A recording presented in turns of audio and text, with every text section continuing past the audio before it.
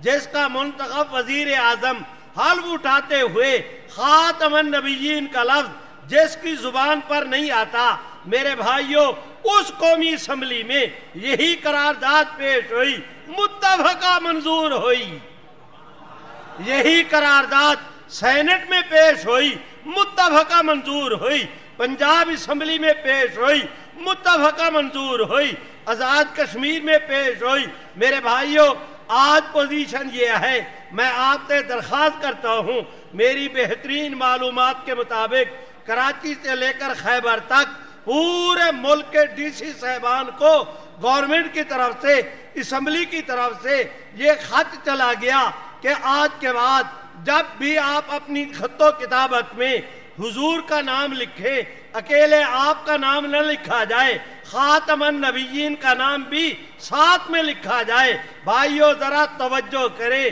ان حالات واقعات میں میرے بھائیوں اللہ نے کرم کا معاملہ یہ کیا کہ پورے ملک میں ختم نبوت کی بہار کا موسم قائم ہو گیا۔ میرے بھائیوں میرا واز ختم ہوا، لیکن میں آپ سے گزارش کرتا ہوں، میں نے آپ کے سامنے ماضی کی بات بھی کی، 50 سال پہلے کی، میں نے آپ کے سامنے حال کی بات بھی کی، اب مستقبل کی بات رہ گئی ہے، ذرا وہ تم میرے ساتھ کر دو۔ میں سوال کرتا ہوں، آپ جواب دیتے جائیں۔ میں آپ حضرات سے پوچھتا ہوں، کیا خیال ہے آپ دوستوں کا کہ اس ملک میں اسلام رہے گا یا مٹ جائے گا؟ ایسے نہیں جو کہتے ہیں رہے گا، وہ زور کے ساتھ کہے رہے گا، زور سے کہو رہے گا۔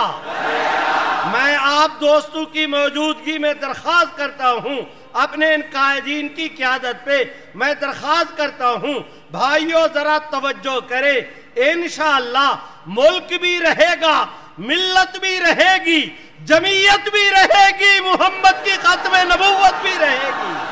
جو کہتے ہیں رہے گی وہ زور کے ساتھ کہے رہے گی، جن کا عقیدہ ہے وہ کہیں اگر سبھی کا ہے تو سارے کہو کہ رہے گی انشاءاللہ۔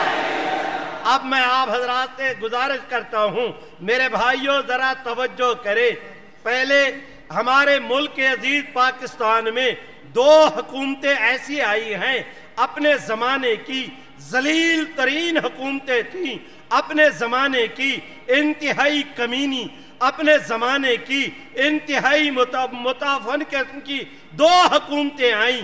ایک یحییٰ کا زمانہ اس ملک کے لیے ذلت اور رسوائی کا باعث تھا، وہ اپنے بد کرداری کی وجہ سے پورے ملک کو اس نے تعفن کے اندر مبتلا کر دیا۔ اس ملعون کی ان احمقانہ کارروائیوں کے نتیجے میں ہمارا ملک 2 لخت ہوا، اور دوسری بدترین حکومت وہ پرویز مشرف کی تھی۔ اس پرویز مشرف نے پورے ملک میں اسلام کو، مسلمانوں کو کنڈم کرنے کے لیے، پاکستان کو امریکہ کی کالونی بنانے کے لیے وہ اقدامات کیے۔ الامان والحفیظ، ان تمام تر قباحتوں کے باوجود یہ ایک زمینی حقیقت ہے کہ پرویز مشرف نے ان واقعات میں اتنی اہمیت اختیار کر لی تھی، وہ کیا کہتے ہیں اس کو، کمانڈر ان چیف بھی تھا۔ پرویز مشرف آپ کے ملک کا چیف ایگزیکٹو بھی رہا۔ پرویز مشرف 2 دفعہ صدارتی الیکشن لڑ کر اس نے قومی اسمبلی سے میرے بھائیوں اعتماد کا ووٹ بھی حاصل کیا، حالانکہ ذلیل ترین دور تھا اس کا، لیکن اس کی طاقت اتنی تھی، وہ ہمیں ماننی چاہیے۔ میں دراصل کہنا یہ چاہتا ہوں، پرویز مشرف اتنی طاقت کا حامل کہ آج کے حکمران یہ نہیں، ان کا باپ بھی مل کر اس کی قوت کا مقابلہ نہیں کر سکتے، لیکن پرویز مشرف اگر اس خطے سے اسلام کو نہیں مٹا سکا تو موجودہ حکومت کا باپ بھی اسلام کو نہیں مٹا سکتا۔ جو کہتے ہیں نہیں مٹا سکتا، وہ زور کے ساتھ کہے نہیں مٹا سکتا۔ میرے بھائیوں میں درخواست کرتا ہوں، آپ نے مجھ مسکین کی گفتگو سے یہ سمجھا ہوگا، جائیں تو یہ پیغام لے کر جائیں کہ انشاءاللہ جب تک جان میں جان باقی ہے حضور کی ختم نبوت کا تحفظ کیا جائے گا۔ جو کہتے ہیں کیا جائے گا وہ زور کے ساتھ کہہ دے کیا جائے گا. ایسے نہیں ہاتھ اٹھا کے لہرا کے کہہ دو نہ میاں کیا جائے گا. تاج و تخت ختم نبوت. اسی پر اکتفا کرتا ہوں. اقول قولی ھذا استغفر اللہ.